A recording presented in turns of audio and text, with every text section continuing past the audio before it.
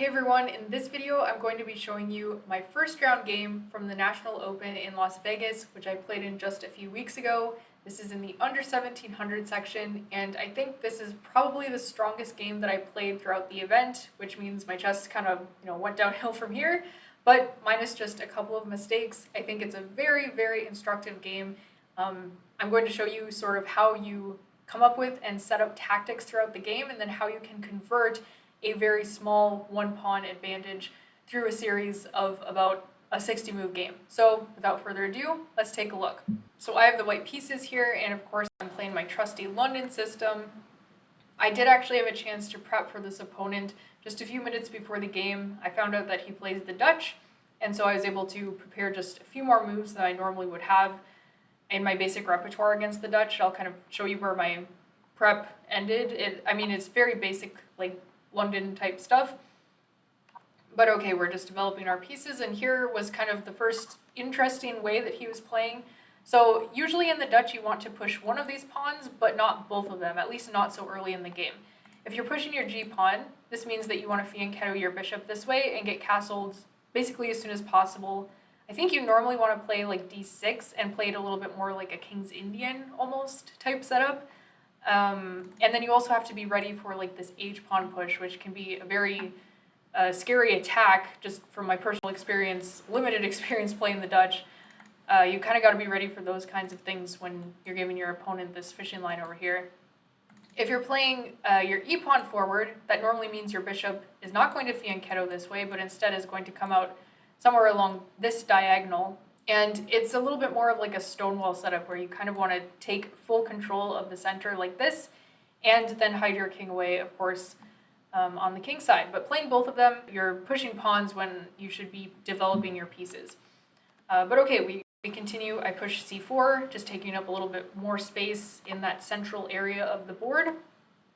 And now, okay, the bishop fianchettos itself. And this is where I deviate from the typical London just a bit, because there are ideas of black wanting to push pawns in the center, and if I normally have my bishop on the d3 square, there are ideas of, okay, this pawn comes forward, kicks my bishop back, and now the pawn comes forward again and forks these two pieces. So just to avoid any of those ideas, putting the bishop on the the e2 square is usually just a little bit better of a prophylactic move. Okay, castles and castles. And now, yes, black is actually going for this plan that we were just talking about, trying to break open that center and use this bishop to the best of their ability. This is their very strong piece in this opening, and they want to open up that center, get those pawns out of their way so that that bishop can be as strong as possible. And I continued developing my knight to the c3 square.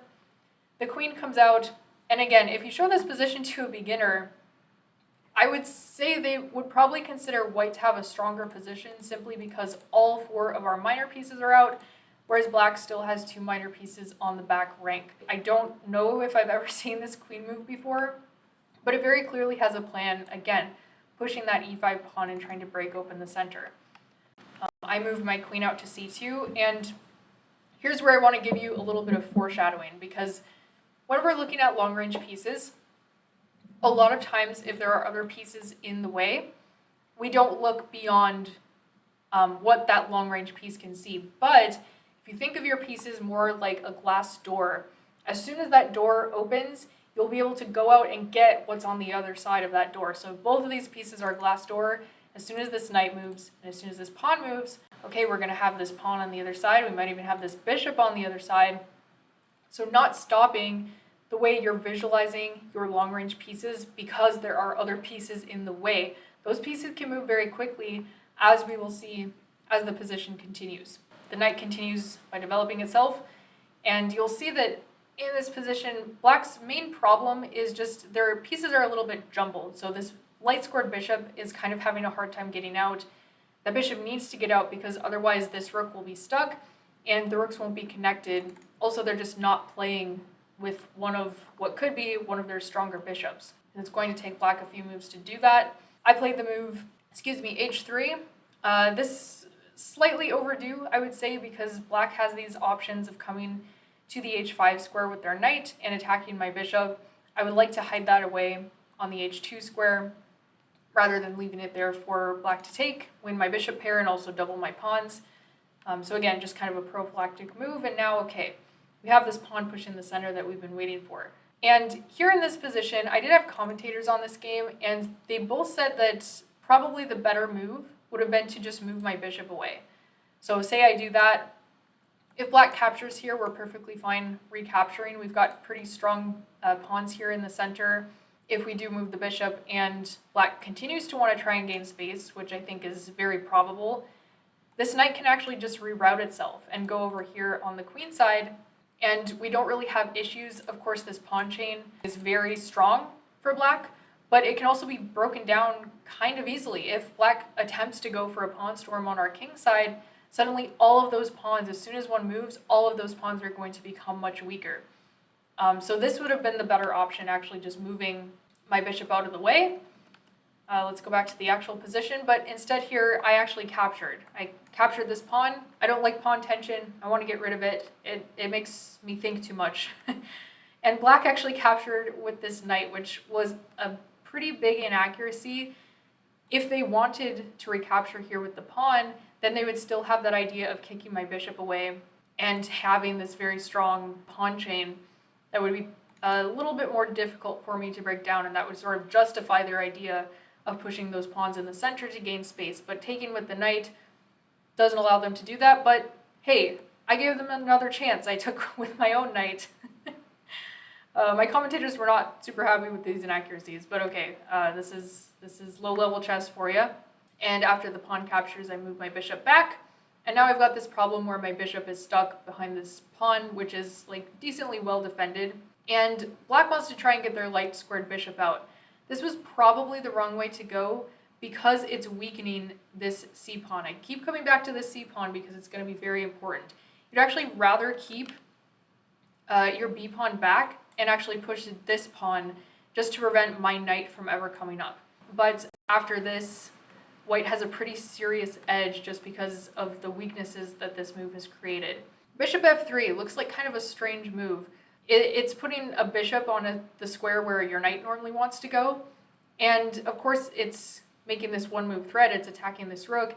It's also preventing what I assumed was black's plan of fianchettoing this bishop here, at least for a move, and it can be very easily stopped by simply a pawn push, and it looks like I've simply allowed black to gain space.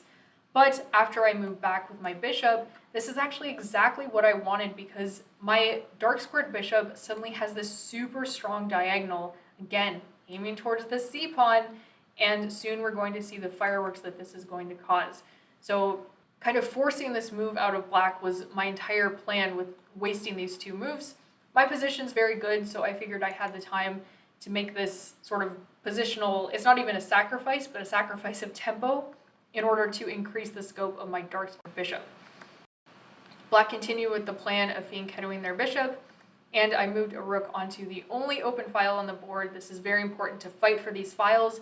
You want to gain as much space as possible, and look at all the squares that the rooks can control on these kinds of open files, right? That's extremely important. That's very good middle game technique, if I do say so myself. Okay, so black's pushing pawns, and now I want to double my rooks on this d file. And black doesn't want to allow me to do this. I didn't take this rook because if I did, the other rook could swing in and suddenly we're just making trades. I'd rather keep as much control over that d file as possible, and I want to trade on my own terms so that if black were to capture now, I can recapture with the queen, and this move no longer works.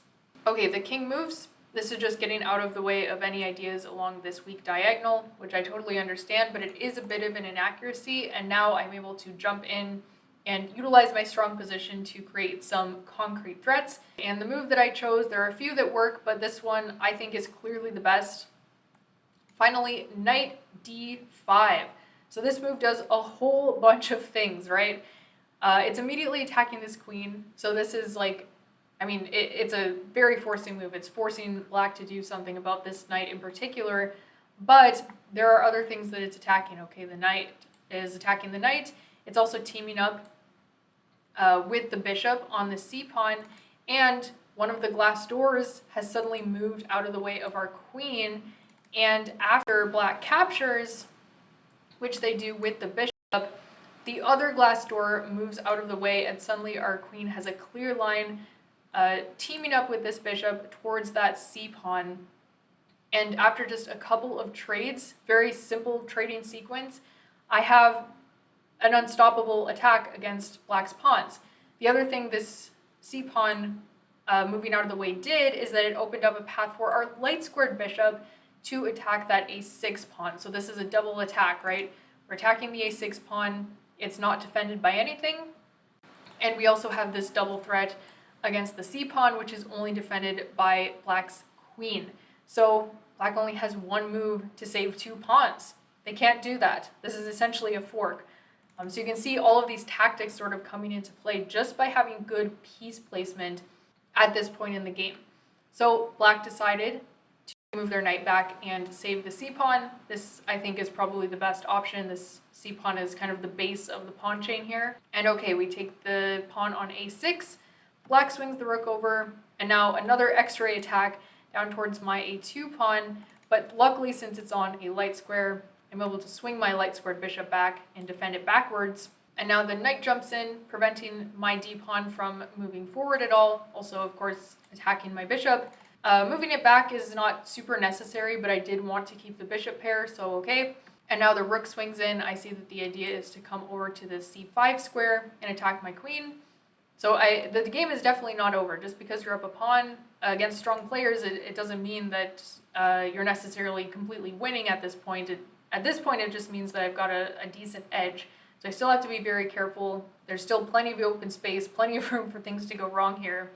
So I moved my rook in, ready for this rook to c5 move and moving the queen.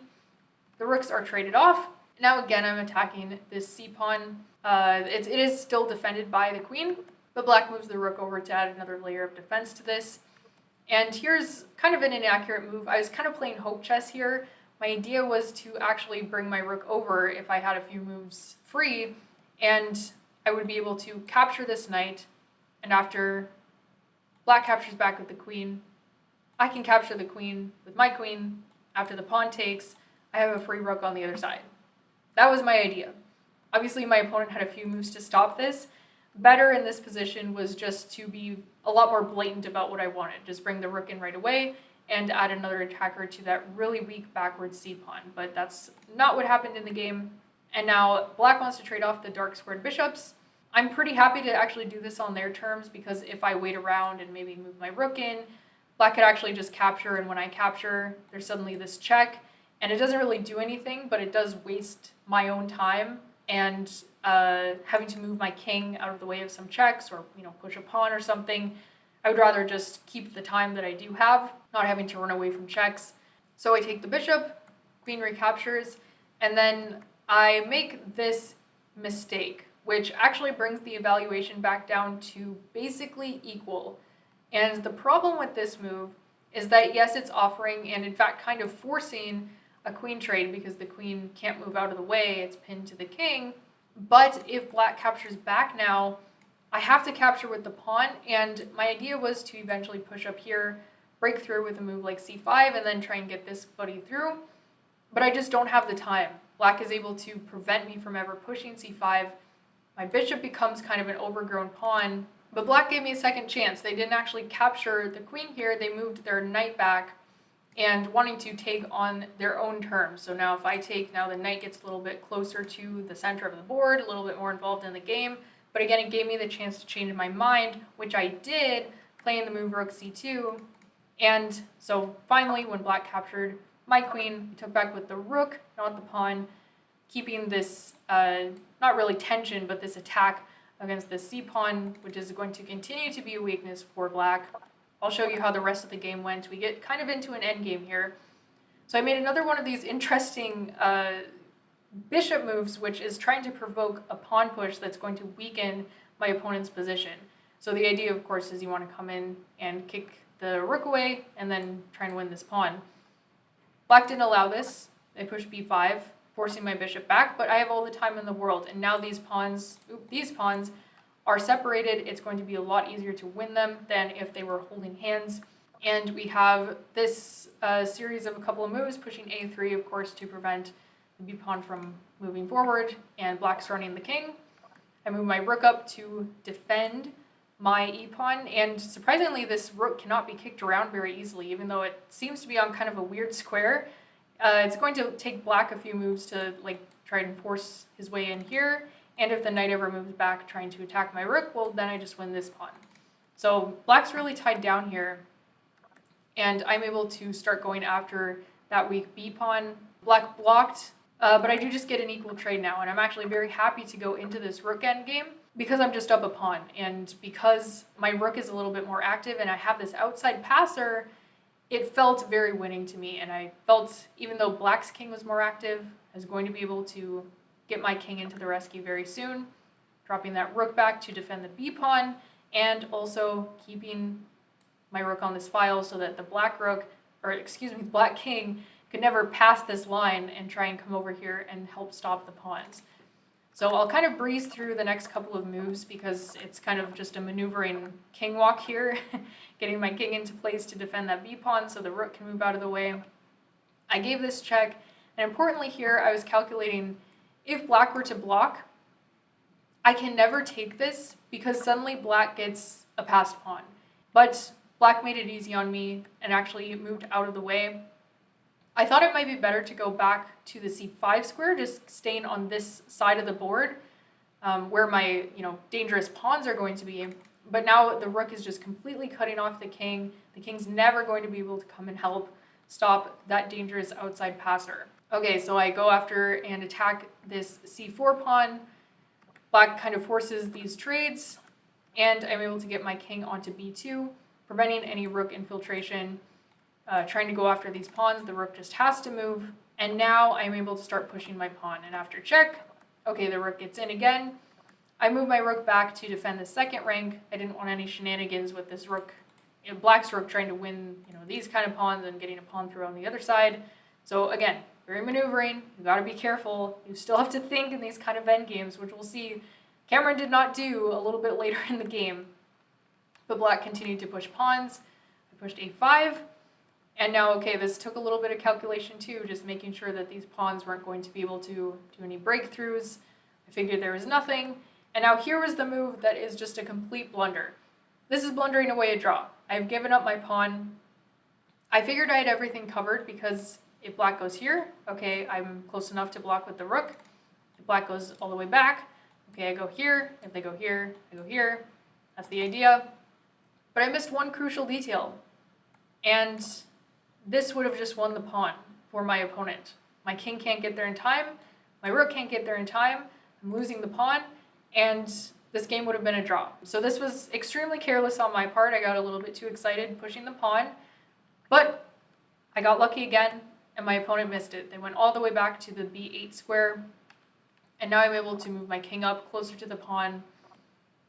The rook goes back, kind of doing a little dance here, and now I'm just blocking any kind of checks that black would have had along the a file. And just a couple of moves later, I'm able to push the pawn once again, forcing the rook to go behind it. And now I get my king out of the way, having the rook defend the pawn instead of my king. And black's king just isn't fast enough. So he gets to the c8 square. Somewhere around here, my opponent resigned, but the idea is you give this check. The king can't get any closer to the pawn because, well, the pawn's covering this square.